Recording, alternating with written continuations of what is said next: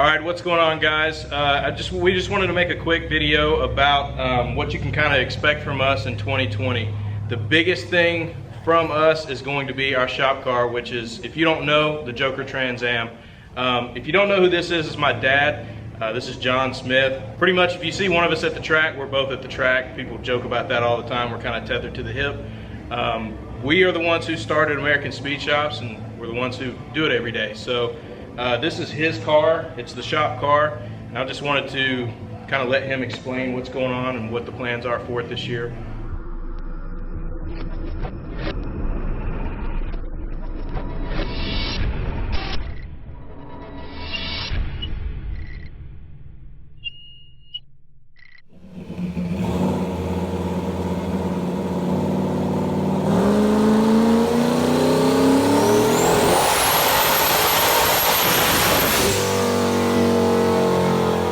Guys, yeah, like he said, this is my car.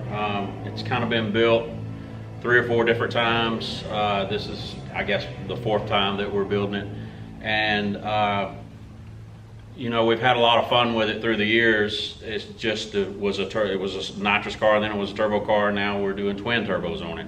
Yep. This build here has taken a really long time. We've had a lot going on with American Speed Shop, so this kind of got pushed to the back burner. But this year, we've about got everything balled up that we need. Everything is laying here somewhere. He started on the engine, so that's going. We got a fab guy coming in. We had all this fabbed up. I sent it to a shop, had it all fabbed up and everything, and it just, you know, it was okay. We liked it. He didn't like some of it, and so I come in one day and he done cut it all apart. So I guess we're starting over on it. We're going to leave the hot side the way it is. Yeah. And we're going to redo the cold side. We're going to redo the front end and some of the cage work. We have a fab guy coming in this week, so things are really starting to happen fast now with the car. So I don't know that we'll be out there first part of the season, but hopefully by the end of the season, we hope to have this back on the track to really rep our shop, American Speed Shops. This is going to be our, you know, our flagship, so to speak, to kind of show what we can do. I've raced all my life, so we know what we're doing when it comes to racing, to rep our shop, to show our shop off, and what we can do. It's going to be, we're going to have a good time with it. Yeah. So Hunter can tell you a little more about the build. I pretty much gave him the free rein. This is going to be his build. This is going to be, you know, he's got to say so over every bit of it. So, you know, all I'm doing is writing the checks, I guess, kind of so to speak. But I told him to do it like he would do it, or whatever he wants to show off, show it off, and show what he can do and what our shop can do. Yeah, I've been real proud of what he's accomplished in the past 2 years. You know, we've been in business 2 years and it has flown by, and it's been an eye-opening experience for me. Learning alongside of him and to kind of having to step back and say, all right, you know a lot more than I know when it comes to this stuff. So he's educated me a lot on all this stuff. This year, I think we're going to go to another level with it. And, you know, we've been so slammed last year that we just didn't have time for it. And we're going to be able to juggle 2 things at one time. A couple of the goals for this car is definitely we want to make north of 2,000 horsepower. We really, the more we talked about it, the more we wanted to just bypass. I mean, this is, what'd you say, 3rd or 4th time we built the car? 4th time. We didn't want to have to build it again. Let's just skip the other steps. No more baby stepping it. Let's go straight for the top, which is why after talking about it for a couple weeks, we decided to go with a billet block. So we really kind of jumped up there as far as performance-wise and doing the best of the best. We contacted Energy Manufacturing, who, if you don't know, is a sister company for Callie's, which we have a great working relationship with Callie's. So we got in touch with Heath over there and Jeremy, and they hooked us up, put us in contact with Ben Menz, who is, if you're looking for a billet block, that's the man you need to talk to. Ben put us in a standard deck, all billet, 60 millimeter cam tunnel, LS block. And it's a very nice piece. Super excited to get it in the machines and see it transform. Obviously, starting with the rotating assembly, we went with Callie's. We did an ultra billet crankshaft and their billet enforcer rod. So we're super excited about that. Obviously, we went with CP Carrillo on the piston. They're working on the piston right now. Hopefully we'll have that in the next couple weeks, and we can get the short block ironed out. As far as the top end, we went with Mast Motorsports straight jacket heads and their manifold. It's a really nice manifold. It's their cast lower, which normally you'd see it's not machined on the front. It's for like a dual carb setup. They machine the face of it, do a billet lid, and throw the fuel rails on it for us. It's a great manifold. The one thing we are kind of having a little trouble with is valve train. Once we get the valve train ironed out, it's pretty much a go from there. It should make north of 2,000. We're hoping for 2,500 around there. Everyone we've talked to and kind of run the combination by seems to think that's no problem with the turbos that we got from Reed over at Works Turbochargers. It's 2088 Warners, and that's all I'm gonna tell you about those. So I think they'll make plenty of power. If not, just get new turbos. Yeah.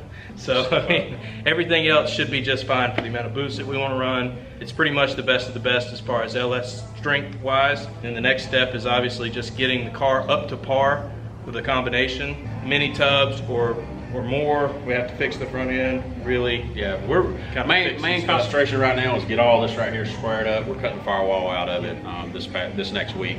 Yep. And then we're gonna move to the back. The cage and everything is pretty much set in stone. I mean, it's good. We're good there. Yeah. But take care of the rear end. Some issues right there. We are doing a new rear end and stuff. We're not sure which way we're going just yet, but that is in the plans also. And then we're going to run the Fuel Tech FT600. Them being close is going to work out really good for us. Yeah. We're excited about this year, though. I guess it can't go without saying that we're running Rock Solid Motorsports front plate and forward and down headers, which are amazing. You can get to every plug super easy. We enjoy Rock Solid, and Steven over there is a great guy. Yeah. Actually, I think it's been a joke. We talked about it. I think the parachute and everything, the parachute mount and everything, I think it was his first one for an F-body or second one for an F-body ever done. And it's on this car, the Joker Trans Am.